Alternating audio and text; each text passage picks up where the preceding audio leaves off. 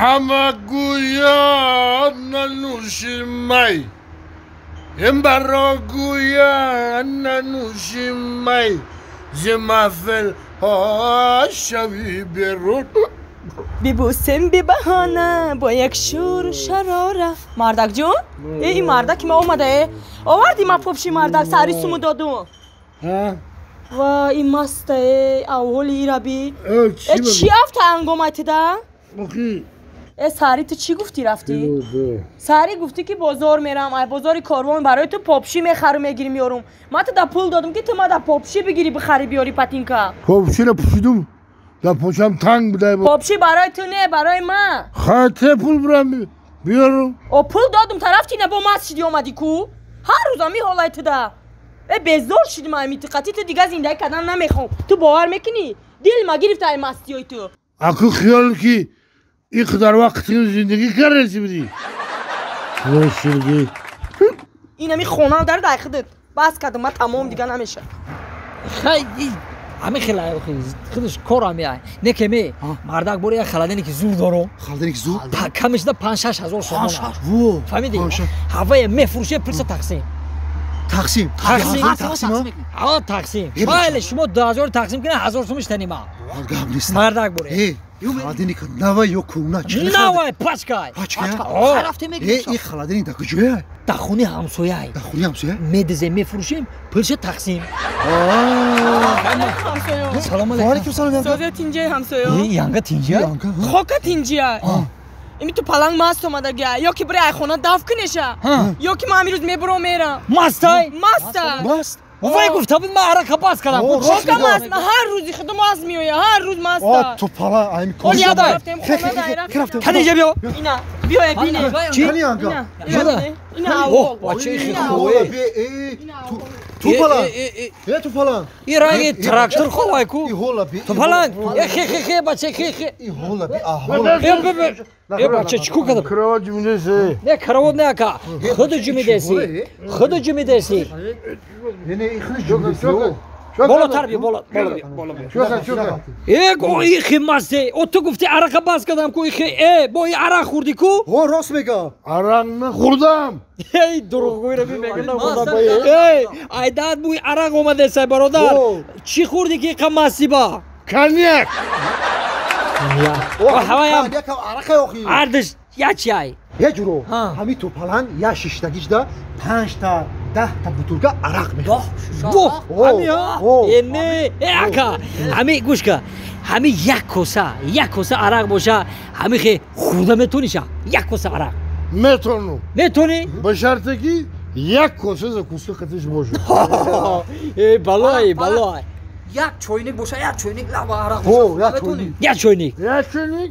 چوینیک میتونم به شرطی که یک چوینیک زکوسه باشه یک چوینیک خیلی مرا گوش که تو پلن اینم یا بوچکه کلام باشه یا بوچکه کلام عرق باشه خورده میتونی؟ یا بوچکه کلام میتونم خورده به شرطی که یا بوچکه زکوسه هم باشه والله تو پلا گوش که همین دایره رو دیدی همین دایره پیش خونه تایکو من کلام همین یک دایره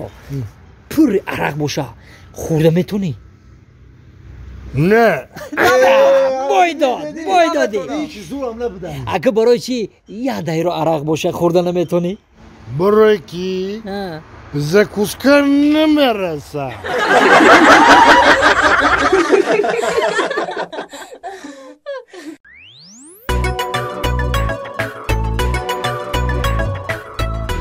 السلام و علیکم سلام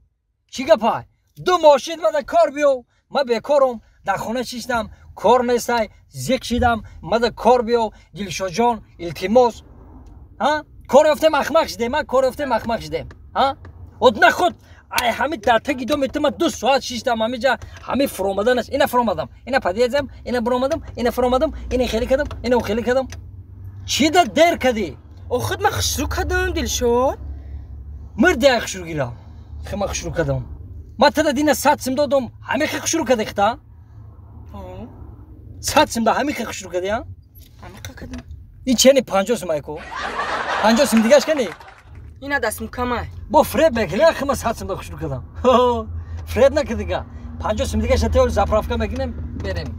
خیلی تمام بریم جای کار میریم دلشاد جون همه معلم دادک جا کار یافته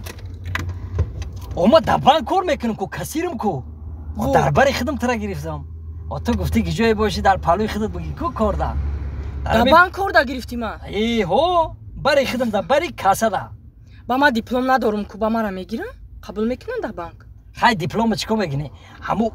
زبان دانی کو زبان داری یا زبان همین زبانت باشه تمام خدا خواه همش نظم میشه میره موضوع کار خوشلو میشه همین زبان داری زبانت باشه تمام زبان باشه یا نمو گب میزنم یا نمو دل میوم یا نمو سخنا میکنم که همه را در حیرت میمونم زبان دانی ما نمیدونی دلشاد جان شوا چخه 2-3 ساعت گب میزنیم دکسه چخه زبانی شیرینی برا دارم روز میگی خوشلو گپ میزنی بو نه که موجود زبان در کار نیست خودت زبان گفتی کو؟ نه فهمیدم زبان برای دیگه چی را در کاره زبان برای چی در کاره اگانی؟ ما در بانک کثیر کار میکنم کو خای حالا تو در باری من راست میستی فهمیدی؟ خوب وقتی کلینت آمد ای کسا پول کی گرفت تو زبان تا میبروری انا او کلینت چلیکش در زبان تو تر میکنه پولش حساب میکنه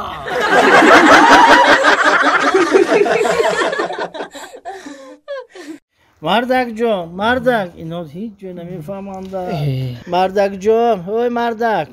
اوی فرزند ما دلشاد جان آمد از کار جیغ زدم گفتی شما برین آخر من منیجه جان آمد دختر ما چی گپ داشتید شما مردک دلشاد جان تو آمدم بکرم مازه شالی اینویا دلشاد جان دختره گفتی گفتم باز میبویم دلشاد جان مردک جان خودتون دارید مردک جان به شما حیات نیست دلشاد جان گپ زد کتی آتن دلشاد جان دادا جان گو دادا جان گو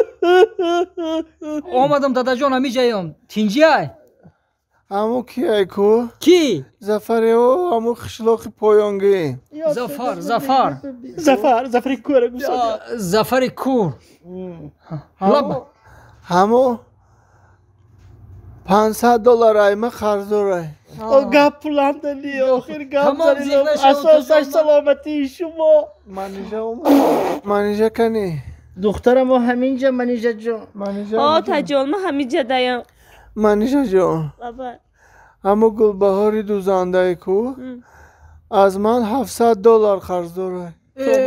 زیغ نشوه آتا جان ما میگیم شما سلامتیتون احتیاط کنیم ما در سلامتی شما در کاره سلامتی تو نگاه کنه گوش کنید همه تان لبای آخران گپی من همه قربانی کامری چیه کو قربانی کامرش ها یوانی ما ای همو $5,500 قرضدارم فرزندانم پدرتان گذاشتم